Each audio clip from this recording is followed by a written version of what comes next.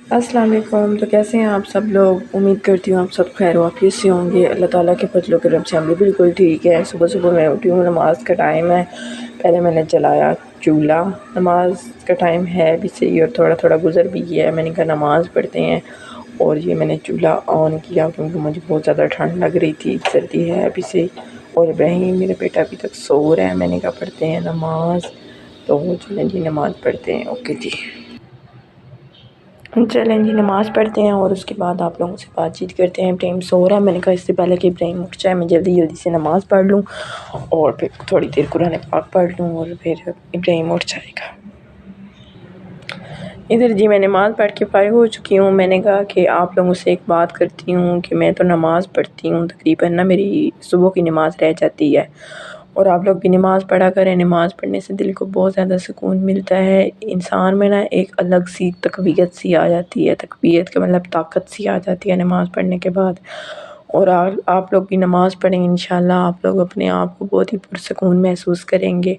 और इंसान ना एक दफ़ा जितने भी हमारे गम होते हैं हम वो भूल जाते हैं, एक साइड पे हम रख देते हैं और हम ना अल्लाह अल्लाह वाले बन जाते हैं। चाहे बाद में बेशक जो भी हो, लेकिन दिन की रूटीन में नमाज़ होनी चाहिए, मैं कहती हूँ। आप लोगों की क्या राय है इस बारे में? ये देखें जी, आग को मैंने हल्का कर दिया थोड़ा, मुझे सर्दी लग रही है, अभी भी बहुत ज़्यादा लग रही है। और फिर ना बनाती हूँ चाय अपने लिए। अम्मी तो चाय पी के सुबह सुबह अपनी शॉप पे चली गई हैं। मेरा दिल है आज आप लोगों को ना अम्मी की शॉप का विज़िट करवाएं थोड़ा सा ना।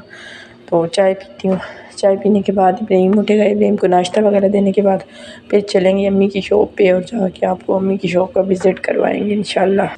मैंने कहा अपने लिए एक अंडा बॉयल करते हैं और साथ ये चाय बन रही है। पत्ती कम थी इसलिए कम नज़र आ रही है। ये दूध की पतीली थी, दूध बहुत कम था इसमें ना। मैंने कहा इसी में चाय ऊपर रख देती हूँ, चाय बन जाएगी, पी लूँगी। इब्राहिम को देखते हैं इब्राहिम क्या कर रहा है। तो मेरा गला भी ख़राब हो रहा है, जैसे जैसे सर्दियाँ करीब आती हैं ना मुझे बहुत ही ज़्यादा खांसी लग जाती है, मेरा गला ख़राब हो जाता है। ये देखिए मेरा बेटा भी सोया पड़ा है, हिल रहा है थोड़ा थोड़ा और मैंने भी इसको उठाना नहीं है। इसका फीडर पड़ा है, इसने रात को सही से पिए ही नहीं है। इतनी शरारतें करते हैं, बहुत ज़्यादा शरारती बच्चा है मेरा ना, बहुत ही ज़्यादा शरारती बच्चा है मेरा। मैं आहिस्ता आहिस्ता बोल रही थी, मैंने कहा कहीं इब्राहिम उठ ना जाए। तो इब्राहिम सोया पड़ा है। सुकून की नींद अल्लाह ताला सबके बच्चों की लंबी ज़िंदगी करे और हमारे बच्चे भी ऐसे ही सुकून से सोएं, सुकून से उठें और अपनी ज़िंदगी इंजॉय करें और अल्लाह ताला इनको नेक लायक बनाए और अच्छे काम करने की तौफीक अता फरमाए। आमीन आमीन। जी तो ये चाय बन गई मेरी गर्मा गर्म और साथ में जलेबियाँ पड़ी हुई थी रात की बची हुई। मुझे जलेबियाँ बहुत पसंद है, मेरे बेटे को भी बहुत पसंद है। और उनका जलेबियाँ खा लेते हैं। थोड़ी सी अंडा बॉयल हो रहा है, जैसे कि सर्दी है, आप लोग भी सर्दी में जलेबियाँ भी खाया करें, बॉयल अंडे भी खाया करें। वैसे भी आप लोग की डाइट के लिए ना ये बॉयल अंडे जो हैं ये बेहतर होते हैं। और मैं आप लोग को ना एक दिन डाइट प्लान बताऊंगी अपना, इंशाल्लाह यूट्यूब पे शेयर करूंगी। किस किस ने मेरा डाइट प्लान देखना है तो मैं उनके साथ शेयर करूंगी, क्योंकि मैं ना बहुत ही ज़्यादा स्मार्ट हूँ। लोग मुझे कहते हैं आप क्या खाती हो, क्या यूज़ करती हो, आप तो ओवर ही स्मार्ट हो, आप तो मोटी नहीं हुई। तो मैं आप लोगों के साथ भी शेयर करूंगी अपनी डाइट ना, मैं क्या खाती हूँ, कैसे स्मार्ट हूँ, कैसे नहीं, तो आप लोग के साथ सब शेयर करूँगी। जिसने देखना हुआ मुझे कमेंट कर दीजिएगा और मैं सबको बताऊँगी। आज हम बना रहे थे मूलियों का सालन। अम्मी की शॉप पे तो हम गए कोई नहीं, क्योंकि अम्मी ना शॉप बंद करके कहीं काम चली गई। तो मैंने कहा मूलियों का सालन आज बना लेते हैं। काफ़ी टाइम से मूलियों का सालन खाने को बहुत ज़्यादा दिल कर रहा था। मेरी अम्मी का बहुत ज़्यादा दिल करता है, मेरी अम्मी की फेवरेट है ना मूलियाँ और मूलियों का सालन। ये प्याज ना ज़्यादा ब्राउन करके ना, इतने ज़्यादा भी नहीं करने, हल्के ब्राउन करके तो इसमें मूलियाँ डालेंगे ना, फिर मूलियों में एक कलर सा आ जाता है, नहीं तो मूलियाँ वाइट वाइट बनती हैं। इसलिए मैंने कहा थोड़े प्याज ज़्यादा ब्राउन करके तभी इसमें मूलियाँ डालूँगी। और ये मेरा बेटा इधर मुझे तंग कर रहा है, खेल रहा है, तंग करता है बहुत ज़्यादा इब्राहिम ना। कभी कुछ ये मट्टी खाने लग जाता है, पता नहीं आप लोग के बच्चे मट्टी खाते हैं या नहीं, मेरा इब्राहिम बहुत ज़्यादा मट्टी खाता है। बार बार मट्टी में जाके बैठ जाता है और मट्टी के साथ खेलने लग जाता है। मैं इसको इतना डांटती भी हूँ फिर भी ये फिर रोने लग जाता है, थोड़ी देर रोता है और हटता कोई नहीं है ना। फिर मैं अब क्या करूँ इसका, मैंने कहा चलो खेल लो। ये मूलियाँ मैंने डाल दी हैं और ब्राउन ब्राउन प्याज देखे नज़र आ रहे हैं। उसके ऊपर ढक्कन देते हैं। जब थोड़ी सेट हो जाएंगी, ब्राउन शक्ल की हो जाएंगी, फिर इसमें सारे मसाले डाल के इसको फिर इसकी भुनाई करेंगे तो मूलियाँ बहुत ही मज़े की बनते हैं और फिर खाएंगे। इसके बाद कुछ लोग कच्ची मूलियाँ पराठों में डाल के खा लेते हैं, लेकिन मैं पका के तब पराठे में डाल के खाती हूँ। ऐसे पराठा बहुत ज़्यादा मज़े का बनता है। ये देखें मीठी मीठी धूप निकली हुई है, बहुत ही मज़े की धूप लग रही है। अभी ना मैं खाना बना के, खाना तो नहीं है अभी, मेरा ना है नाश्ता करना है। नाश्ता बना के सालन बनता है तो उसके बाद पराठे बना के और खा के और फिर इब्राहिम को लेके हम लोग छत पे जाएंगे। इसको मैं छत पे भी लेके जाती हूँ ना तो ये वहाँ पे मिट्टी के साथ खेलते हैं ना, ऐसी बात है ना, खेलते हैं ना मिट्टी के साथ। आप खेलोगे मिट्टी के साथ? बोलो नहीं, नहीं खेलोगे तुम। अभी ना ये कूलर के पास बैठा हुआ था और बहाने से ना इसने कूलर की टूटी खोल दी और सारा पानी गिर गया और फिर मैंने वाइपर से साफ़ किया। मेरा बेटा है बहुत शैतान, बहुत ही शैतान है। इधर अंदर बैठा हुआ था तो खिलौनों के साथ खेल रहा था। मैंने कहा चलो बेड पे बैठ के ना खिलौनों के साथ खेलो, और ये खिलौनों के साथ खेल रहा था। अभी मैं आप लोग को एक बात बताऊं, मैंने जो 2 सूट लिए थे ना वो एक व्लॉग में आप लोग को दिखाए थे। वो जो उसमें से एक मैंने ना अपनी फ्रेंड को दे दिया, जिनका घर बन रहा है ना सामने, वो मेरी फ्रेंड है तो आई थी अचानक से मिलने आ गई मेरे पास, और तो कुछ था नहीं देने को। फिर मैंने अपना एक सूट ही दे दिया उसको। ना मेरी की हुई शॉपिंग बहुत मज़े की लगती है, ख़ास कर मेरे ड्रेसेस उसको बहुत ज़्यादा पसंद आते हैं। तो एक सूट ना मैंने उसको दे दिया, मैंने कहा कोई बात नहीं है। और मैं लिए ही 2 ही सूट थे, अकलौते 2 सूट लिए थे। और एक जो स्टिच हो रहा था वो अभी मुझे दर्जन ने बताया कि ना मैंने आपका जो गला है ना वो वी शेप में बना दिया, मैंने उसको गोल में कहा था। और एक ऐसा है मेरे साथ ना एक प्रॉब्लम है, जब मुझे ना चीज़ शुरू से ही थोड़ी बुरी लगने लग जाती है ना तो फिर मैं यूज़ ही नहीं करती, मुझे ऐसे अजीब सा मेरा दिल हो जाता है।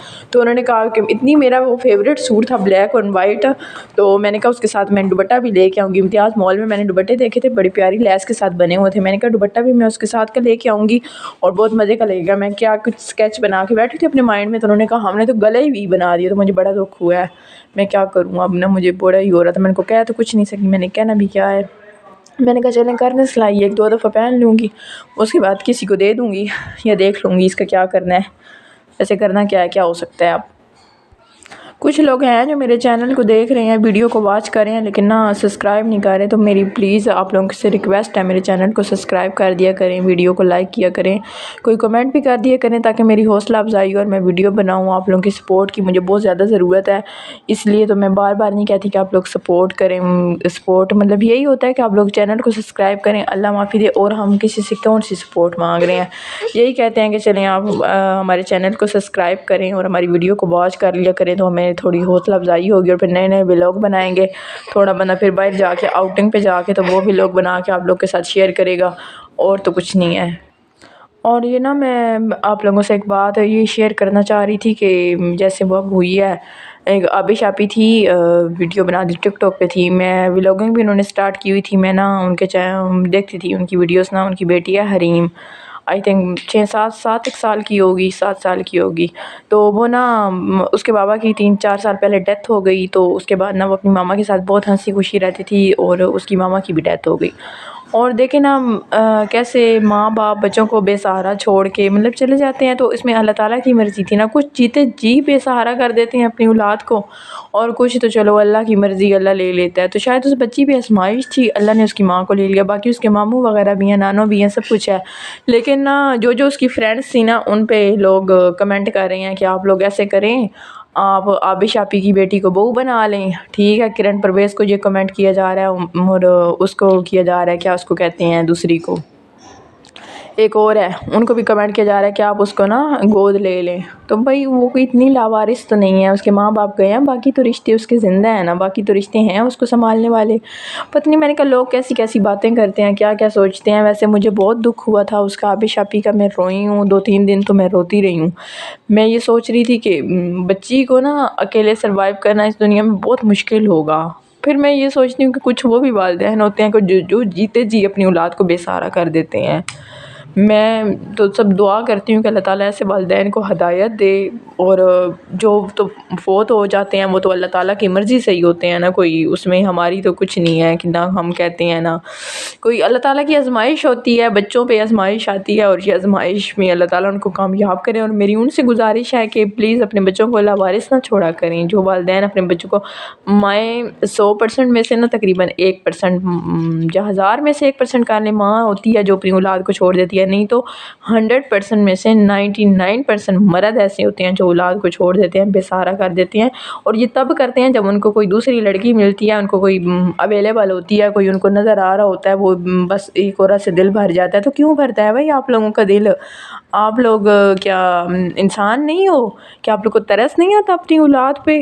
पता नहीं कैसे लोग हैं, मुझे तो समझ नहीं आती इन लोगों की। खैर मैं क्या कह सकती हूँ, बस मैं अल्लाह ताला से दुआ कर सकती हूँ अल्लाह ताला उनको हिदायत दे और नेकी के रास्ते पे चलाए। वो लोग अपनी औलाद का सोचें, अपनी औलाद के बेहतर मुस्तकबिल का सोचें। पता नहीं क्यों छोड़ जाते हैं, बेसहारा कर देते हैं अपने होते हुए भी। चलें, आपको शादी करनी है, दूसरी शादी करनी है, आप करें शादी, आप जो कुछ भी करें, लेकिन अपनी औलाद को लावारिस ना करें, ऐसे ना छोड़ा करें लावारिस अपने बच्चों को।